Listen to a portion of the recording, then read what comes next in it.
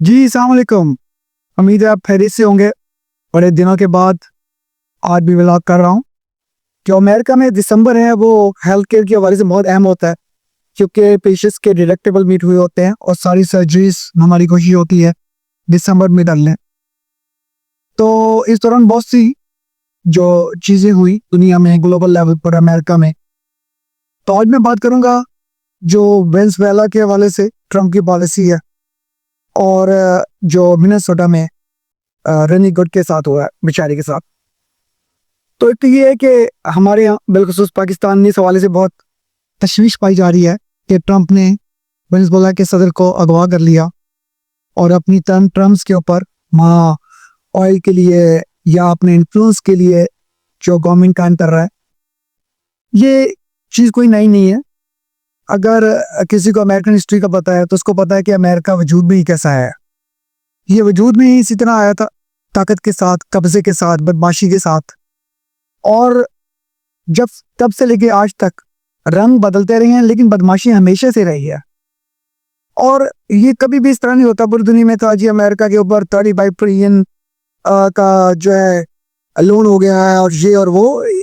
आप मुझे बताएं, डॉन के ऊपर, बदमाश के ऊपर, गब्बर सिंह के ऊपर, जो रामगढ़ वाले, उससे लोन वापस ले सकते हैं क्या?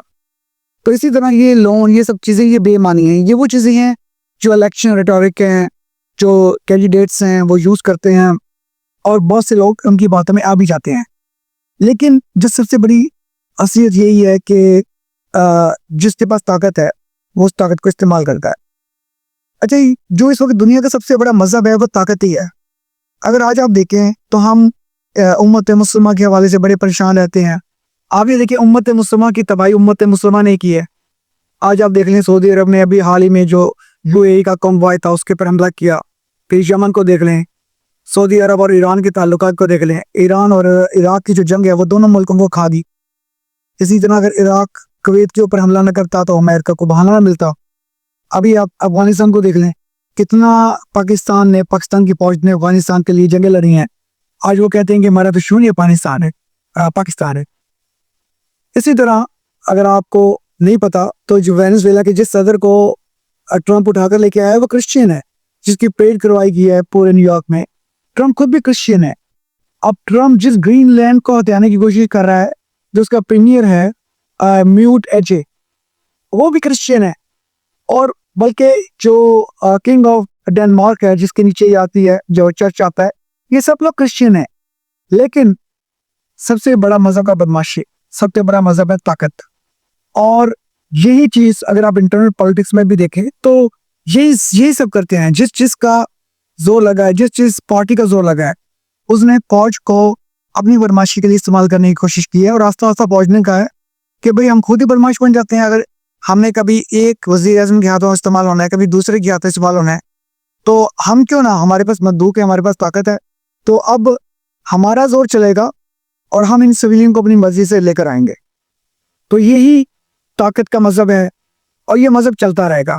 और यही इसी तरह लोगों को वोट मिलते हैं। हम ऊपर से तो बन चुके हैं सिविलाइज्ड, महजब और बातों की हद तक, लेकिन डीप इनसाइड अगर हमें जब पता चलता है कि एक ही रोटी है और वो हमारा बच्चा खा सकता है या नेबर का, तो हम क्या करेंगे? हम कहेंगे नेबर का बच्चा मरता है तो मर जाए, हमारा बच्चा खा ले। इसी तरह ममालिक सोचते हैं, इसी तरह ममालिक के सदूस सोचते हैं। अब उसके बाद आ जाता है जो मिनेसोटा में हुआ है रेनी गुड के साथ। बहुत ही जुल्म हुआ है, कैसे उसको गोलियां मार दी गई हैं। लेकिन मैं आपको एक बात बता दूं कि जिसने उसको गोलियां मारी हैं उसका कुछ भी नहीं होगा। मैं अमेरिकन सिस्टम को 22 साल से ऑब्जर्व कर रहा हूँ। इसका मैं इस वक्त हिस्सा भी हूँ, स्टेट डिपार्टमेंट का हिस्सा हूँ। मैं एक मेडिकल बोर्ड में जूरी या जज की हैसियत से भी फराइज अंजाम देता हूँ। आप ये देखें कि जब भी कोई ऑफिसर अपने रूल्स एंड रेगुलेशन को फॉलो करता है, उससे अगर कोई गलती भी हो जाए, एक्सक्यूज मी, तो भी जो चूंकि उसने अपने शेल्टर के अंदर, अपनी इम्यूनिटी के अंदर ये काम किया है, और जो एक अफसोसनाक वाक़या हो चुका है वो तो हो गया। लेकिन इसका जो मकसद ये है कि जो हमारे पाकिस्तानी बिलखसूस जो इमिग्रेंट्स हैं, वो एक बार याद रखें कि आप कभी भी पुलिस ऑफिसर से बहस ना करें, कभी भी। अगर आप सही हैं या गलत है, इट डज नॉट मैटर। और इसके जो डायनामिक्स है ना वो इतने सीधे नहीं है। मैं आपको बताऊं कि मैं जब ओहायो में रहता था तो मेरा जो घर भी एक छोटे से टाउन में था, मैन्सफील्ड, और मेरी प्रैक्टिस जो है वो एक मैन्सफील्ड में थी, एक मैरियन में थी। ये बहुत छोटी टाउन है। और मैंने स्पोर्ट्स कार ली थी, माजराटी। अब ये देखिए कि एक जन लड़का जो है वो उन गलियों में ऐसी गाड़ियां दौड़ा रहा है, तो मुझे एक पुलिस वाले ने रोका। अच्छा, अभी जो पुलिस वाले होते हैं ना, ये ज्यादातर कम पढ़े लिखे होते हैं, ये ज्यादातर गरीब होते हैं, इनकी तनख्वाहें बहुत कम होती है। तो उसको एकदम शदीद गुस्सा आया हुआ मेरे ऊपर, मुझे देख के, गाड़ी को देख के, और वो इंतहाई बदतमीजी के साथ सवाल कर रहा था। और मुझे पता चल गया था कि बेसिकली ही एंग्री। उसको इस दिन में ये आ रहा है कि ये लोग कहाँ से उठ के आए हैं, ब्राउन है, और ये कैसे इस मुल्क में ऐश कर रहे हैं, और मैं सड़कों में मारा मारा फिर रहा हूँ। और फिर दूसरी बात ये है कि मेरी जो पहले जब मैं 2004 में आया था, और मेरी रेजिडेंसी हुई थी न्यूयॉर्क में, चोकोवी मेडिकल सेंटर, जो कि वेरी वेल नोन है ट्रॉमा सर्जरी के लिए। और मैं सर्जरी में था, तो हमारे पास ये ऑफिसर आते थे पुलिस वाले। किसी काले ने सुआ मारा होता था आइस पे, गोलियां मारी होती थी, छुरी मारी होती थी। तो एक तो इनकी लाइफ जो है पुलिस वालों की बहुत ही ज्यादा तकलीफ दे है, इनको किसी भी वक्त अपनी मौत का खदशा रहता है। ऊपर से इनकी तनख्वाहें अच्छी नहीं है, फिर ये गर्मी सर्दी जो है, इनको कोई मौसम की प्रोटेक्शन नहीं है, तो ये बहुत इरिटेटेड हुए होते हैं। तो फिर गोइंग बैक टू दैट, मैं गाड़ी में था, वो मुझे देख रहा था और उसको बड़ा गुस्सा चढ़ा हुआ था। तो मैं सिचुएशन को समझ गया, मैंने उसकी बहस नहीं की। और इस पूरे दौरान जो मेरे दोनों हाथ हैं ये ऐसे थे स्टीयरिंग के ऊपर।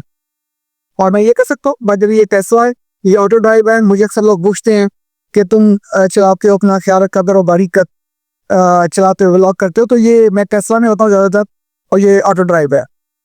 तो हमेशा आप अपने दोनों हाथ स्टीयरिंग पे रखें।